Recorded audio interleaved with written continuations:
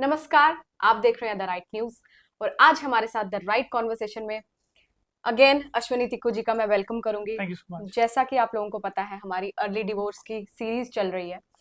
जो हमने last question last episode में बोला था दैट ऐसा क्या रीजन है जो कपल्स या फैमिलीज फेस कर रही हैं जिसकी वजह से डिवोर्स रेट्स हाई हो रहे हैं। तो आइए डिस्कस करते हैं। अश्विनी जी, क्या लगता है आपको?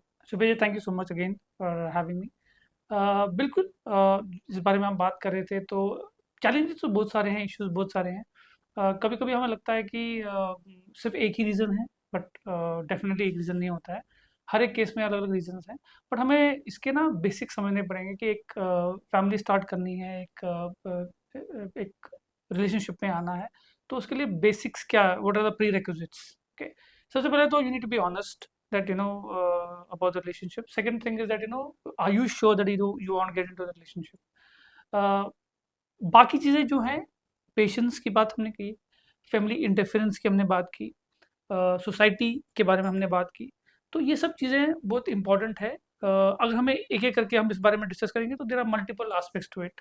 सो या बहुत चीज़ें इंटरफेरेंस है, बहुत सारे एस्पेक्ट्स है, बहुत सारे पॉइंट ऑफ व्यूज़ हैं।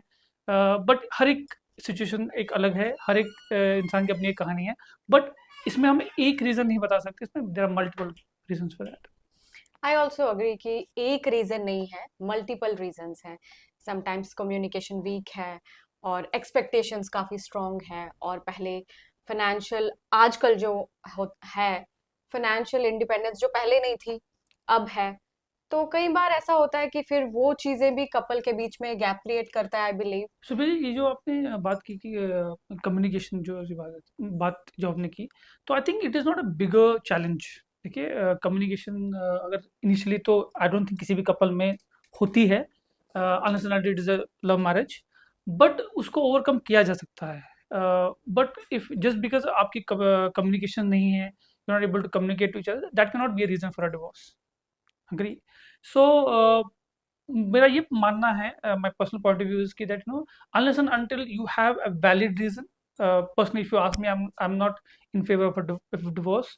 बट अगर आप को जाना ही है, but there has to be a solid reason. But what I feel is the only reason you should go for a divorce is if there is a physical abuse.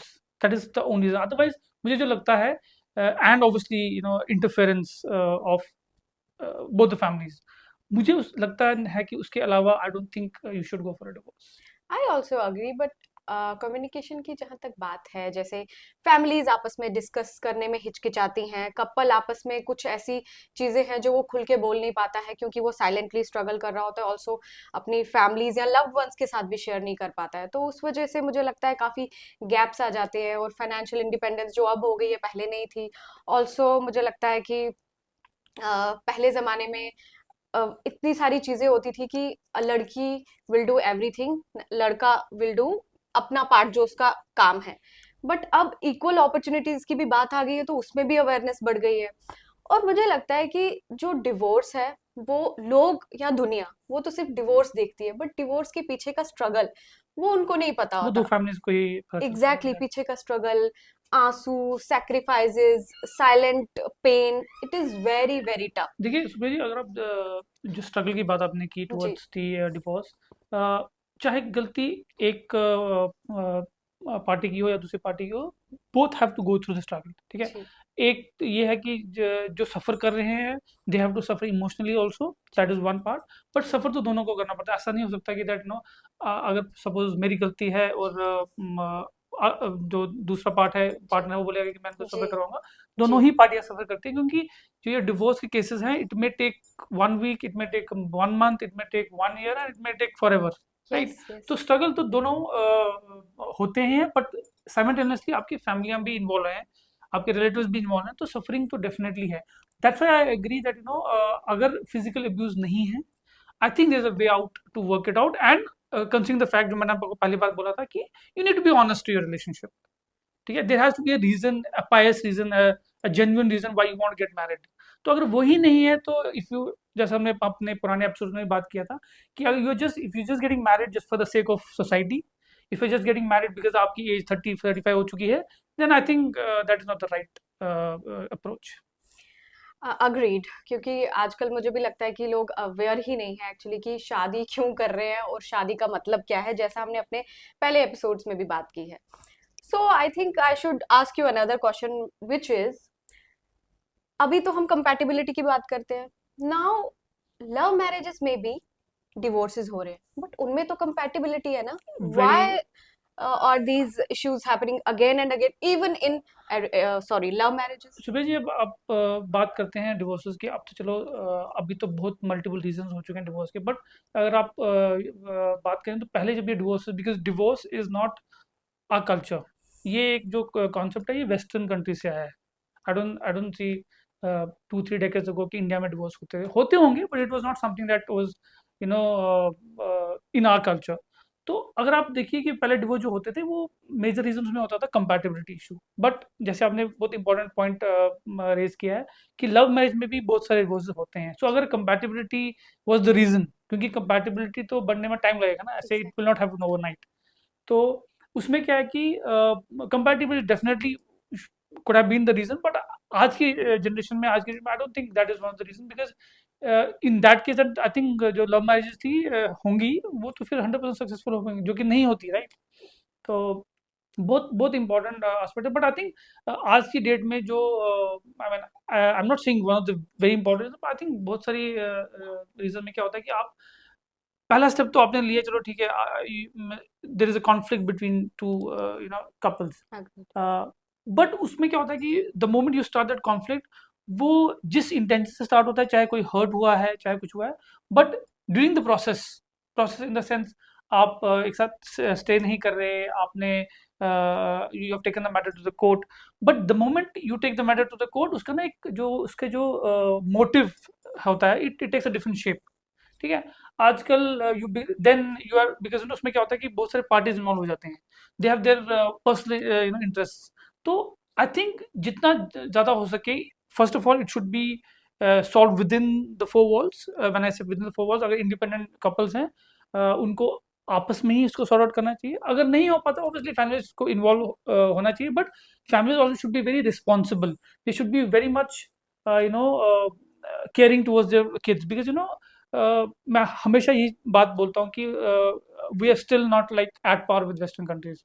जी हम बात करते हैं इंडिपेंडेंस की, हम बात करते हैं कि हम ऐसे करेंगे, but our society is still not ready. जी जी, ठीक आई है? Also agree. हमारी सोसाइटी अभी भी रेडी नहीं है, बट हमें कोशिश करनी चाहिए कि we have this thought process कि we are born once, we marry once, we die once. So I think ये फिलॉसफी तो आजकल सब लोग they don't agree with it, but still that has to be the focus. Parents play also a very important role. 100%. ठीक है? आप में जो भी हेट्रेड है, I mean due to whatever reason, ठीक है, बिकॉज हमने लास्ट टाइम में बात की थी, there it is basically two people coming together from a different background, from a different upbringing, from a different society, right? तो आप कैसे एक्सपेक्ट करेंगे कि चीज़ें वर्कआउट होंगी from the day one? But patience के बारे में हमने इस बारे में बात की थी। ये सब चीज़ें आपको इन्वॉल्व करें, but my point is that आजकल compatibility इस बारे में हम बात कर रहे थे, has not remained the only thing because of what the divorces are happening. I think it's much more than that. जी, मैं भी आपसे बिल्कुल सहमत हूँ. आ, मुझे भी ऐसा लगता है कि जो डिवोर्स है इसमें हार और जीत की बात नहीं है, बट इस अनफॉर्चुनेटली दोनों फैमिलीज, दोनों कपल, ये हार ही है इसमें. देर इज नथिंग Yeah, किसी कोई जीत गया कोई हार गया, दोनों ही हार गए हैं. और मुझे लगता है डेली कंपैटिबल की भी बात आती है, जहाँ पे हम लव मैरिजेस या अरेंज मैरिजेस की बात करें, डेली कंपैटिबल, क्योंकि दोनों का कूप अप मैकेनिज्म अलग है, अपब्रिंगिंग अलग है, पढ़ाई अलग है, बिल्कुल, बहुत सारी चीजें, लाइफ को देखने का नजरिया अलग है, जो भी कह लो. उस वजह से भी गैप बढ़ जाता है बिल्कुल, काफी कपल्स में. और आजकल तो अर्बन एरियाज में काफी मेंटल हेल्थ सीरियसली ले रहे हैं, तो उस वजह से भी लोग सेपरेट हो जाते हैं. आई मीन कपल सेपरेट हो जाता है क्योंकि उनको mental health, of course which is not wrong, उनको लगता है कि peace of mind is very important instead of working बिल्कुल। हमारे रिलेशनशिप के ऊपर. तो मैं आपसे ये भी जानना चाहूंगी अंत में, आपको क्या लगता है, पेरेंट्स को बच्चों की चॉइसेस पे यकीन करना चाहिए, फुली ट्रस्ट, और they should also guide them for choosing their life partner? So basically, what I believe is कि I think it should be the combination of both.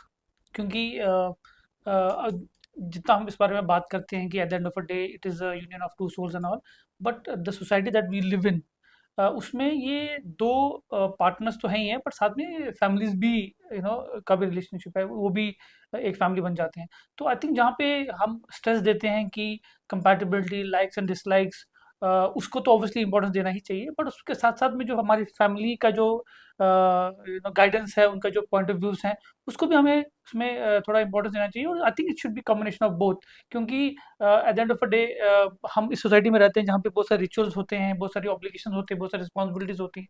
तो जो कि हमारे सोसाइटी में, if you talk about Kashmir Pandit community specifically, तो जो bright side हैं, तो even after the marriage are lot of rituals which I personally do not agree with.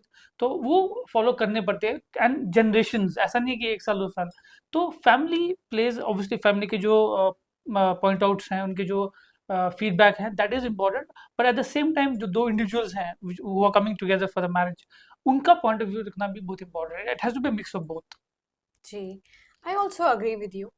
मुझे भी लगता है कि गाइडेंस और ऑर्डर में फ़र्क होना चाहिए। गाइडेंस तो ठीक है, हमें अपने पेरेंट्स की वैल्यूएबल एक्सपीरियंसेस का हम बिल्कुल रिस्पेक्ट रखते हैं, but there is a difference between decision making forcing also guidance. तो ऐसा होता है, मुझे लगता है पर्सनली कि गाइडेंस उनके एक्सपीरियंस से बच्चों को बहुत हेल्प करेगा, बट जो फोर्सफुली डिसीजन मेकिंग, जो वो चाहते हैं दैट हमने अपनी लाइफ में बहुत कुछ देखा है तो हम गलत नहीं बोलेंगे, वी अग्री, बट ऐसा नहीं है कि बच्चे गलती नहीं कर सकते। मुझे लगता है we should make mistake so that we can learn. खुद के ही गलतियों से सीखना वही कहा जाता है। जो पेरेंट्स बच्चों को बांध के रखते हैं कि that you don't do this, वहां मत बोलो, ऐसे मत बोलो, अगर आपने उसकी शादी की है तो ही is enough mature to handle this marriage या एनीथिंग। तो यू शुड नॉट फोर्स अपने बच्चे को कि आप कोई गलती नहीं कर सकते, ऐसा कहीं नहीं होना चाहिए। मुझे लगता है गलती करने देनी चाहिए so that they can learn, and it is very important to learn from your mistakes. सुबह जैसे हमारी सोसाइटी इवॉल्व हुई है, वैसे ही आई थिंक हमारे पेरेंट्स को भी इवॉल्व होना चाहिए। देखिए, जो एक्सपेक्टेशंस एक बेटे से या एक बेटी से पहले होती थी, आई थिंक जी। वो we need to be very honest about it. जी। सोसाइटी इवॉल्व हो चुकी है, we need to be at par with the society right now. तो expectations also is one of the very important thing. तो हमें अपनी एक्सपेक्टेशंस को turn करके, जैसे हमने बहुत एग्जांपल लिया कि हमारे साथ जो बीता है या हमने जो सफ़र किया है, हमारी इन लॉज ने जैसे हमें ट्रीट किया है, वो एक अलग एरा था। आज की डेट में लेट्स बी रियलिस्टिक, ठीक है? आप अपने आप को इवॉल्व इवॉल्व कीजिए, अपने बच्चे को अंडरस्टैंड कीजिए, स्पेशली अपने डॉटर इन लॉ को अंडरस्टैंड कीजिए। I think it is very important for parents also to evolve. That is yes. All very important point. Yes, 100% they should involve, they should make you feel comfortable. Exactly. तो आज का जो हमारा topic था, मुझे लगता है काफी अच्छा रहा, काफी conversation, I enjoyed a lot. But मैं आप लोगों से भी दरख्वास्त करना चाहूंगी कि आप भी अपने कमेंट्स या जो भी क्वेश्चन है, किस कोई भी क्वेश्चन आप लिख सकते हैं कमेंट्स में, so that we can discuss. हम खुद भी एनलाइटन हो और आपको भी करें। हम इतने एक्सपीरियंस तो नहीं है, but we will still try our best to do, इसके बारे में रिसर्च करें हम, और वी शुड डिस्कस ताकि आप लोगों तक भी बात पहुंचे कि समाज में हो क्या रहा है, कहाँ कमी है। तो मैं इजाजत चाहूंगी आज के एपिसोड के लिए। Thank you Ashwani ji thank you Supriya ji for for having being me. Here again. So मिलते हैं नेक्स्ट एपिसोड में यही किसी मीनिंगफुल कॉन्वर्सेशन के साथ। देखते रहिए the right news. Please support, as I always say, don't forget to like, share, subscribe. Thank you. Thank you so much.